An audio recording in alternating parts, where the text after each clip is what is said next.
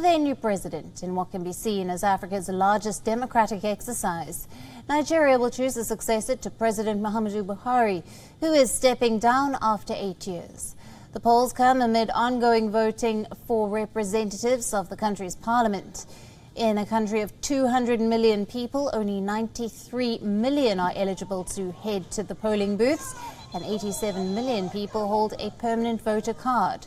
The main requirement to cast a ballot. Officials say that voters in line to vote will be allowed to cast even after closing time.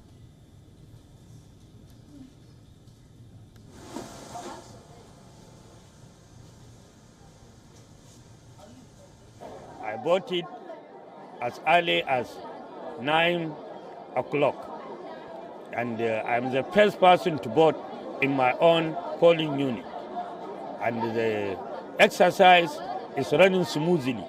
There is no any problem. All the voters are cooperating.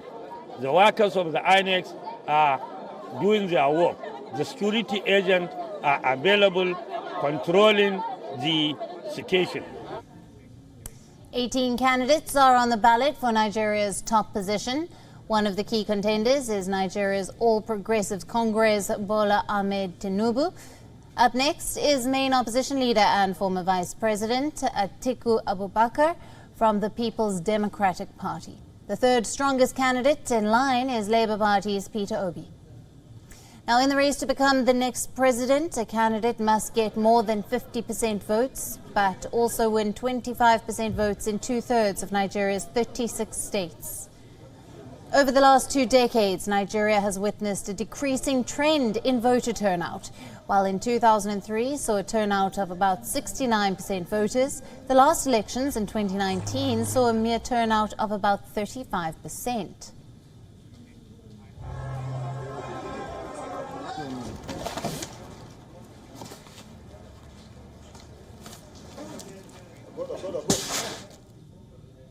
Now, for more on this, our correspondent, Louisa Oliani, is joining us live from Lagos. Hello to you, Louisa. You have been tracking all of the developments throughout the day. What have you seen at the polling booths? What is the mood on the ground? Well, it seems we're getting to the climax of the elections. Ideally, it's 2:33 as we speak, Lagos Nigerian time.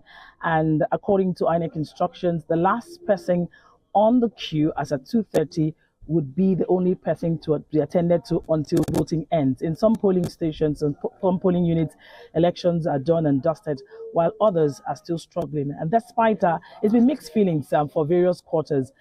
Some applauding the process, saying it's been seamless and peaceful, while we've recorded pockets of violence from certain areas. In Lagos, for example, Surulere area of Lagos, and somewhere on the island, we hear of some unrest there. Although certain level of calm, it's been seen there now as security agents have deployed their men there, while we can see others going peaceful as usual.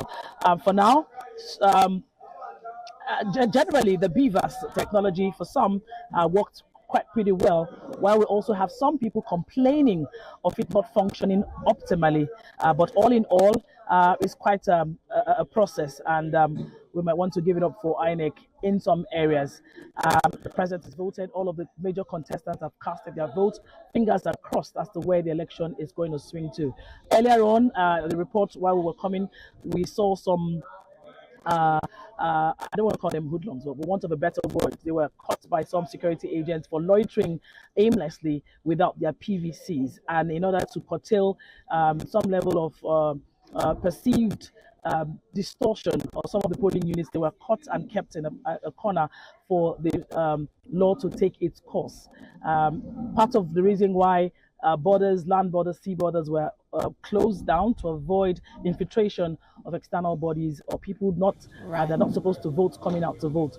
But in all, the situation has been calm in some areas, while we have some sort of unrest and even ballot box snatching, which was something we thought wouldn't even occur this year. But there are some cases like that being recorded in some parts of the state. Okay.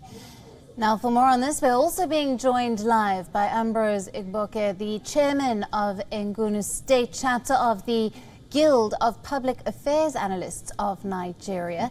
Thank you for being with us today. Now, Nigerians go to the polls in the 10th presidential election. How crucial are the elections as they are most closely contested polls?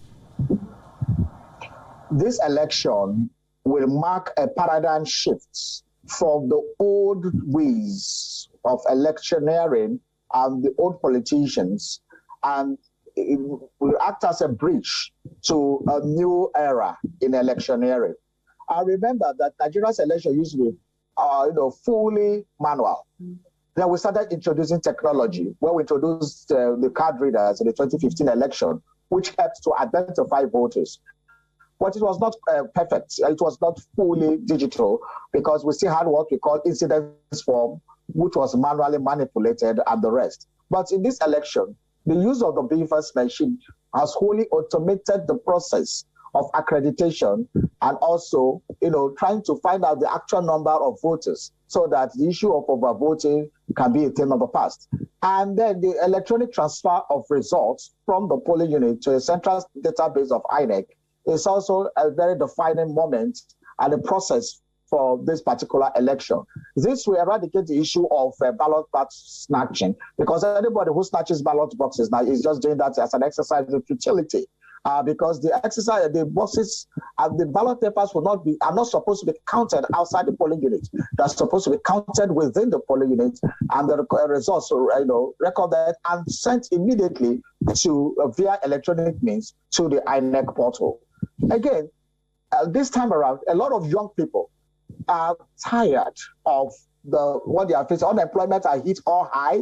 A lot of young people just graduate from universities and there are no jobs. We have lost a lot of our professional manpower over the years. So people are tired, people are suffering, people are hungry, and then people still feel that this is the time that could make that move. So the youth came out in their numbers. Unlike from our previous elections, most of the time the youth don't come out. They're relaxed in their homes. Even the elites and middle class, they don't care. But this time around, both the young, the old, the PVCs are marked by INEC. The youth have the highest number of permanent voters cards for the election.